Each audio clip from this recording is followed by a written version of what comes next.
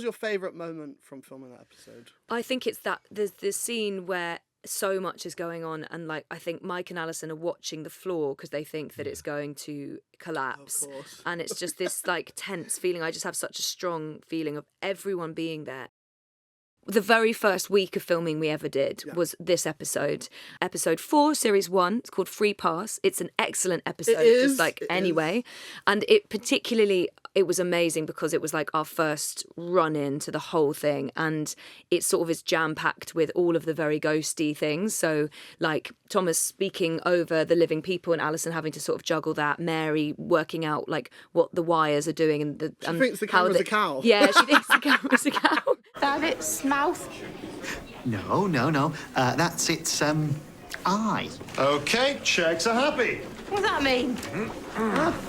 And then she like sees them all, like thinks they're tiny pictures, tiny mini people, like seeing everybody's different perspectives on real life, plus added with the fact that it was our very first week and we'd basically only just met everyone and there were 2 of everyone. There was 2 first ADs, there were 2 different camera crews, 2 like actors that were actors, and also like, so that was like, as an experience in general, it was we a real... had no idea. We were kind of going, is that a real makeup artist or an essay pretending to be a makeup artist? Such a kind of hectic first week because it was like everything that the show was all happening right from the very beginning. Considering we're at our final stage, I thought I'd choose the very first thing. It is amazing because obviously rewatching that episode this morning, when I saw it and obviously seeing the show over the years, like you can tell that those characters were so solid from the that start. Series 1. Like some shows, characters build and they grow and you add new things. And this show, obviously the characters have done that, but we knew who they were from Series 1. Yeah.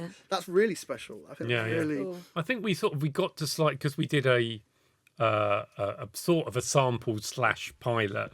So we got to find them a little bit and find what worked and what didn't. But I think we spent so long talking it through in the writer's room that we had a good idea of what the ghosts were certainly going to be like. Although, interestingly, we were so pleased that we were shooting something in the middle of the series because it sort of disguised the slight process we went through to find Robin's exact look. He just looks ever so slightly different. Is it like it's like darker under the nose? Yeah, it's something like that. Something, and it's just because it's a process of refinement to go. Oh, actually, that's how it works best, and that's how much you can put on to have it still work in those lights. And obviously, the producers must have loved that episode. They could triple use the location. Exactly. You've got the trailers. Like, when did you ever see that? All of it. Yeah, true. Yeah. And what was your favourite moment from filming that episode? I think it's that there's this scene where so much is going on, and like I think Mike and Alison are watching the floor because they think that it's going to collapse. Of course. Fixed it. Oh, great.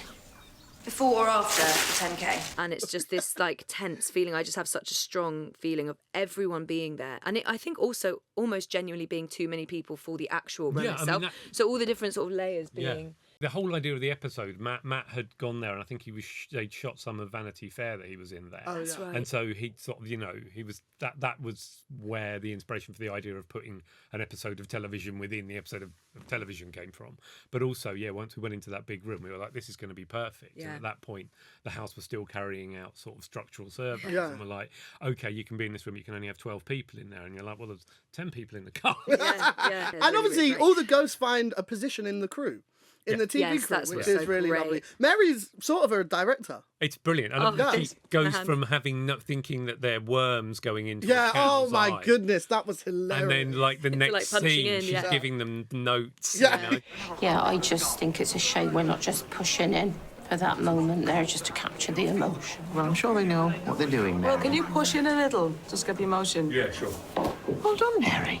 I mean, you get it. It's a mad... fair enough. It's a mad thing that it exists. And Larry, I want you to explain how it works. Well, television. Well, it's easy, of course, in this digital age, but when it was a vacuum tube, it was very, very difficult to get the cathode rays. Oh, wow. Okay. I know a huge amount about early television. Oh, do you? I used to be a tutor in film and television back in the previous life. There's so many previous lives that I learn about from you, that you've done, things that you've done. I don't think I knew about that. I'm sort of slightly obsessed with it. But I won't go into it. But modern televisions, they sort of go, it's 3 colours in a pixel, and that pixel makes up a little, then you get a master colour in that pixel, and those pixels make up a picture, and it's sort of how everything digital works. The fact that a cathode ray, like an old style big box television ever worked, is the maddest thing. Wow. Really? It's literally like a scanning beam of light being controlled by magnets. Whoa. It should never have worked. Wow. It's mental